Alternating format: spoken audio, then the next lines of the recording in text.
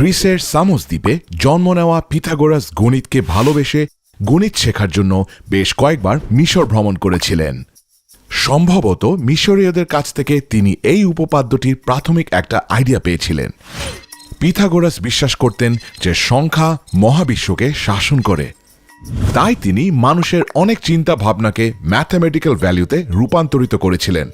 সেই কনসেপ্ট থেকেই পিথাগোরাসের উপপাদ্যের আবির্ভাব।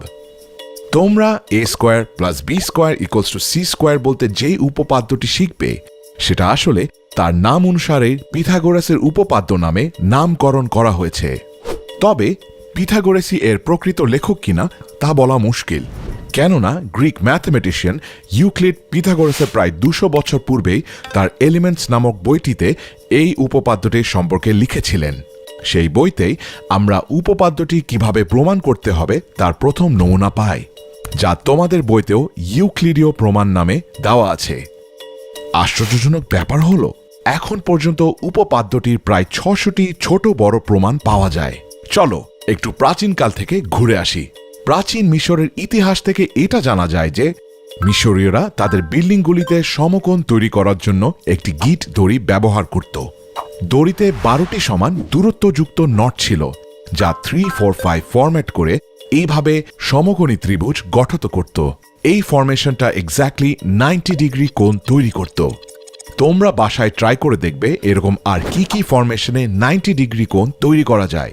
যদি না পারো তাহলে ভিডিওটা শেষ পর্যন্ত দেখো, আশা করি সব ক্লিয়ার হয়ে যাবে। এবার একটি সমকোণী ত্রিভুজ তৈরি করা যাক। এই যে দেখতে পাচ্ছ, এটি একটি চাঁদা, যা তুমি তোমার জ্যামিতি বক্সে পাবে। এখানে তুমি দেখতে পাবে যে এর একটি সংখ্যা 0, যার অর্থ হলো এটি 0 ডিগ্রি। চাঁদার ঠিক মাঝখানে তুমি আরও একটি সংখ্যা 90 দেখতে পাবে, যার অর্থ এটি 90 ডিগ্রি। এবার আমরা যদি এই দুটি বিন্দু বরাবর দুটি রেখা টেনে যোগ করি তবে এই শেপটি হবে 90 ডিগ্রি। মনে রাখবে, যদি দুটি বাহু 90 ডিগ্রি কোণ তৈরি করে তবে তাকে বলা হবে সমকোণ। এবার আমরা যদি বাকি দুটি পয়েন্ট যুক্ত করে একটি ত্রিভুজ আঁকতে পারি তবে এটি হবে সমকোণী ত্রিভুজ, যার 3 বাহুকে বলা হয় লম্ব, ভূমি এবং অতিভুজ। এবার চলো দেখে আসা যাক পিথাগোরাসের উপপাদ্যে কি বলা হয়েছে।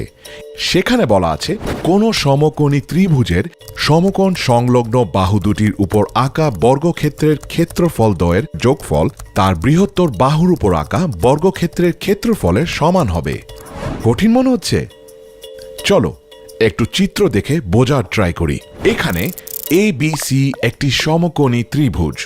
এখন যদি আমরা AB, AC ও BC বাহুর উপর যথাক্রমে একটি করে বর্গ আঁকি তবে পিথাগোরাসের উপপাদ্য অনুসারে এরিয়া অফ AB হয়ে যাবে এরিয়া অফ AC ও এরিয়া অফ BCর যোগফলের সমান।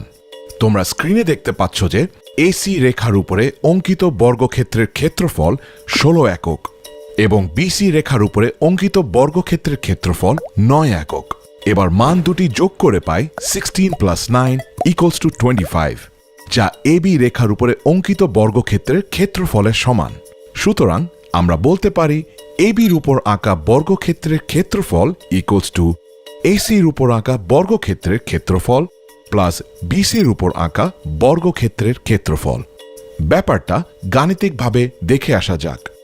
তোমরা জানো যে একটি বর্গক্ষেত্রের ক্ষেত্রফল হবে তার বাহুর বর্গের সমান। ধরে নেই AB বাহুর দৈর্ঘ্য C, BC বাহুর দৈর্ঘ্য A এবং AC বাহুর দৈর্ঘ্য B। তাহলে ABর উপর আঁকা বর্গক্ষেত্রের ক্ষেত্রফল হবে C স্কোয়ার, BCর উপর আঁকা বর্গক্ষেত্রের ক্ষেত্রফল হবে A স্কোয়ার এবং ACর উপর আঁকা বর্গক্ষেত্রের ক্ষেত্রফল হবে B স্কোয়ার। সুতরাং আমরা লিখতে পারি C square = A square plus B square. এটাই পিথাগোরাসের উপপাদ্যের গাণিতিক রূপ। আসো খুব দ্রুত একটা ম্যাথ করে ফেলি। যদি A = 3, B = 4 হয় তবে C = কত? মাত্রই আমরা শিখে এসেছি C square = A square plus B square.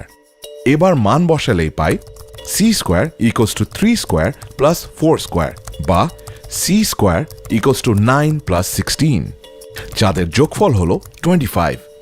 তাহলে C এর মান হবে 25 এর বর্গমূল অর্থাৎ c is equal to plus minus 5 কিন্তু আমরা এখানে নেগেটিভ মান নিব না কারণ দৈর্ঘ্য কখনো নেগেটিভ হতে পারে না তাহলে তোমরা বুঝতে পারলে যে কোনো ত্রিভুজের তিনটি বাহু যদি 3, 4, 5 এই ফরম্যাটে থাকে তবে সেটি একটি সমকোণী ত্রিভুজ গঠন করবে এবার আমি নিশ্চিত যে কেন মিশরীয়রা 3, 4, 5 এই ফরমেশনটি ব্যবহার করে সমকোণী ত্রিভুজ তৈরি করতে পেরেছিল ব্যাপারটি তোমাদের কাছে ক্লিয়ার সবচেয়ে মজার ব্যাপার হলো এই ফরমেশনটিও কিন্তু ইউনিক নয় তোমরা চাইলে 5, 12, 13, 7, 24, 25 এরকম আরও বহু ফরমেশন তৈরি করতে পারো এই ফরমেশনগুলোকে পিথাগোরিয়ান নাম্বার নামে ডাকা হয় তোমাদের হোম টাস্ক হলো এরকম আরও পিথাগোরিয়ান নাম্বার খুঁজে বের করা তোমাদেরকে অনেক ধন্যবাদ পুরো ভিডিও জুড়ে মনোযোগ ধরে রাখার জন্য আশা করি পরের ভিডিওতে খুব শীঘ্রই দেখা হবে